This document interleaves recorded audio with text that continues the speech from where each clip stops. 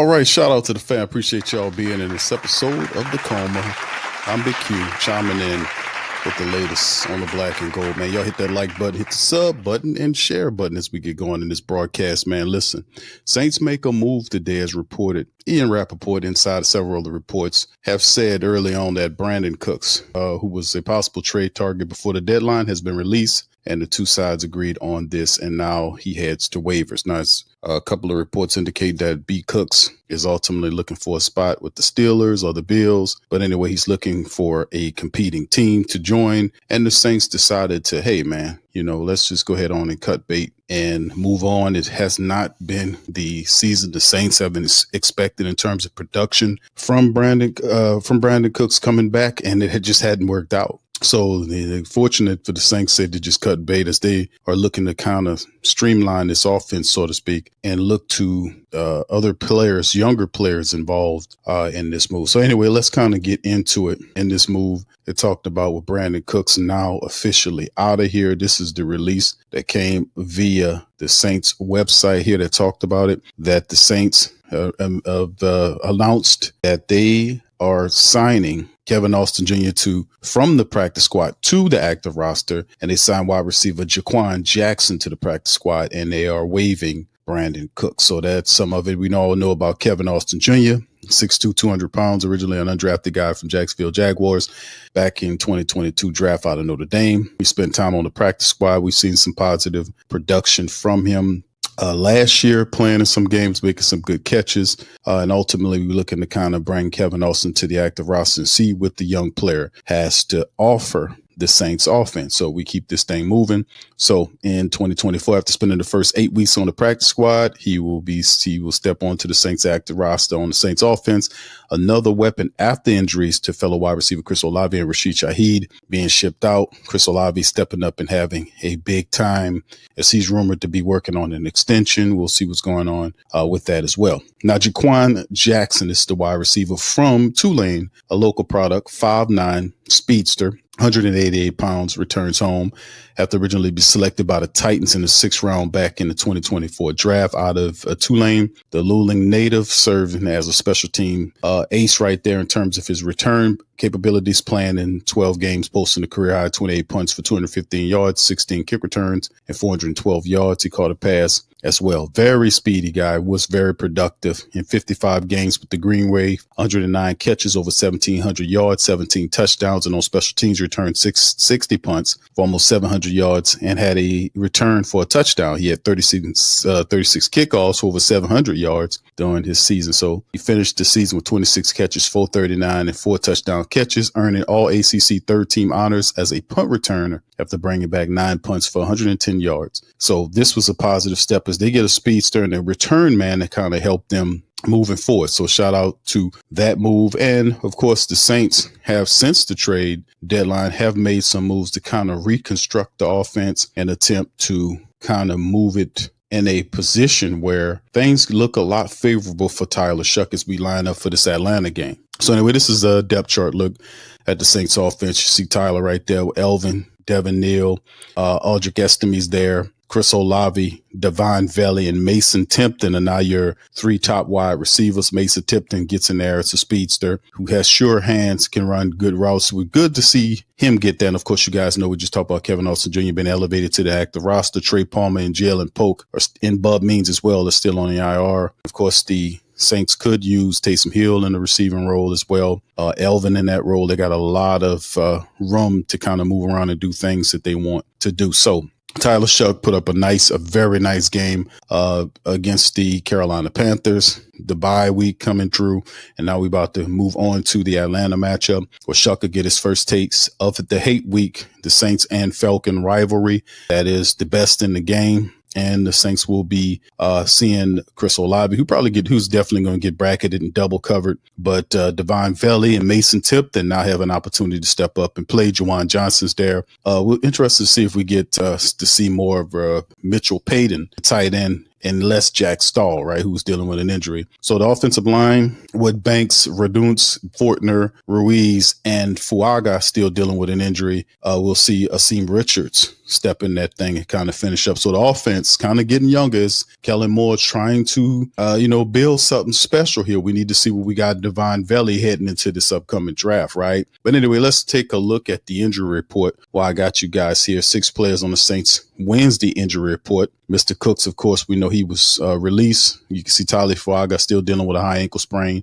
DMP wouldn't surprise me if it was for this week. Elvin Kamara limited with that ankle. Chris Olave was dealing with an ankle, but he's all good. Jake Stahl was an ankle as well. He's good. Barry Wesley has been fully practicing from a hip issue, but he is still marked as reserve injured. He has not been activated quite yet. And on the Falcons side of things, who's not hurt for the Falcons? Who is not hurt for the Falcons? Everybody's hurt. Look at this laundry list of players. We already know Michael Penix is not going to be in this game. Drake London is not going to be in this game. So their starting quarterback and their best wide receiver are down, but still in all, regardless of that, you still have to look past that, because this is a rivalry game in which we'll see, regardless of who is playing, it's still going to be a tough game. And always when we match up against this team. But look at all these injured players. Zach Harrison, Lickstrom, London, Penix, Xavier Watts, the safety, Josh Woods, they're down. Just a bunch of people dealing with injuries. And of course, limited. D'Alford, Bates is limited.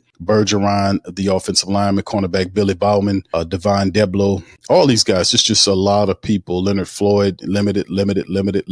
All these guys. And then you got a couple of fully practiced by Mike Hughes, the cornerback. But they are dealing with a lot of issues and injuries. Some of these guys, there's rest like Jelani Walker, the linebacker, and AJ Terrell. You see Billy Bowman dealing with rest. You see with Jesse Bates with some rest. And it's just been a long season for both the Saints and the Falcons. But hey, guess what? The Saints beat the Falcons. We switch spots with them. They go to the cellar. And I promise you, this will be one of those games like when we beat their, what's that dumb coach that they had before they hired Raheem Morris? That guy. If we beat him here, I'm pretty sure that they lose this game. They'll probably end up firing Raheem Morris. We'll see how it all goes. Just my thought on that. This is their potential lineup right here with Kirk Cousins, Bijan Robinson, London's out. So you see other people stepping in their spot. So like I said, regardless of who they're missing, this is still going to be a game. No matter who they're missing, we still got to go and defend the dome and, kick the Atlanta Falcons' teeth in. That's what we got to do. Regardless if we winning or not, we got to win those games, right? we got to take care of business against those teams. All right. And there's some more news, fam. Saints expect to play a game in Paris. How about that? That's some of the stuff that was dropped by Dennis Lauscher. He can't talk about the state of the team on the field, but he can tell you, hey, man, we got a game coming soon, because that's what he does. Negotiations continue between the NFL and the stadium officials in Paris, but Dennis Lauscher expects the deals to be finalized soon. You might hear in the next couple of weeks that we might have a game internationally, and that game may be in Paris. That's what Lauscher said to the Greater New Orleans Quarterback Club yesterday via Jeff Duncan. We have the rights to, the country of France and Monaco, so this makes much sense.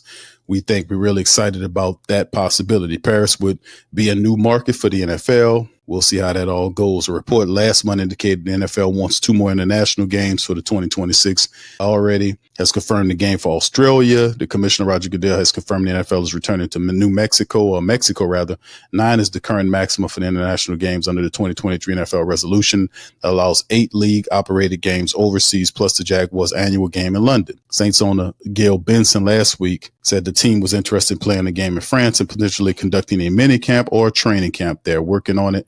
Benson said we met the Prince and talked about trying to do something over there. As the Saints contingent that included Benson and Demario Davis visited Paris July to market and promote the team. A free trip with Demario to France to promote the NFL, along with Gales there. So Saints in Paris. A lot of symbology is also there with the fleur de lis on the French flag. So it makes sense for them to basically, go this route. But nonetheless, man, that's simply the business of football. And outside of that, man, this will be interesting just to see how things kind of move forward. But anyway, as far as football on the field, Brandin Cooks is gone, man. The Saints are moving on to younger wide receivers, Mason Timpton, Divine Valley. We need to see what we have here this year before potentially adding any more. Do we need any other guys in the draft? Because there are quite a few really talented wide receivers. They're talent all over the place. We need to see what we got here. We see Shuck has the making of something. We got to see if he can keep this thing going for the rest of the season. How does the wide receiver situation shake out? Divine Valley, is he worth the 2 picks? We already got Jalen Polk that we gave up a pick for as well. So the time will come whether or not we'll see what these young guys can do against the Atlanta Falcons of all team in the Dome on Sunday. So with that being said, man, I'm going to get out on that. Man, I appreciate y'all for chiming in. Super short episode of the Coma. Just a quick update with the fam, man. Listen, just hollering at y'all in the middle of the week. Listen, fam, we'll be back later on in the week with more Saints content, man. But I appreciate all the family members. Shout out to you guys after the bye week. Just getting some rest, getting back to business, man, getting back rolling really good. So with that being said, I'd like to get you guys to hit that like button, hit that subscribe button. Feel free to share, check your subscribe buttons, make sure you're subbed up to the Coma, and also feel free to share the show's links on your social media feed. Check out our links in the description section below, and also feel free to join our channel via YouTube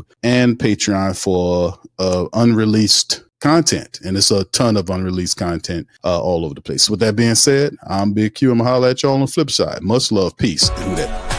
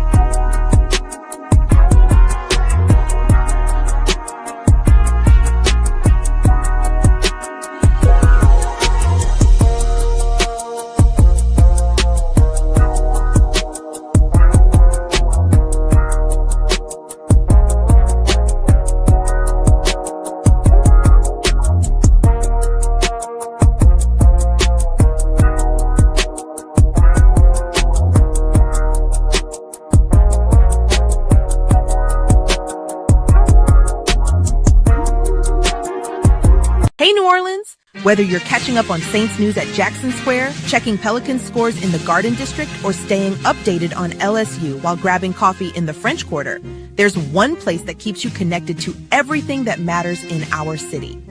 From Bourbon Street to the Superdome, from Preservation Hall to the Riverfront, New Orleanians are staying in the know with the WhoDatDaily.com, your daily source for Saints, Pelicans, LSU, and all the sports, music, and culture that makes our city special.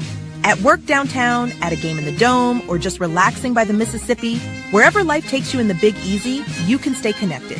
Because when you're from New Orleans, you don't just live here. You stay in the NO. That's stay in the know. Visit the WhoDatDaily.com and never miss what matters most to Who Dat Nation. Stay in the NO, you stay in the know. Welcome to the Pro Shop, where we create authentic NOLA-inspired clothing for men, women, and children. From Saints jerseys to Pelicans gear, everything's crafted right here in New Orleans. Whether you're shopping the Pro Shop, the Pel Shop, or the Pro Shop Kids, we've got your whole family covered with genuine merchandise that represents our city's spirit. Check for links in the description section below.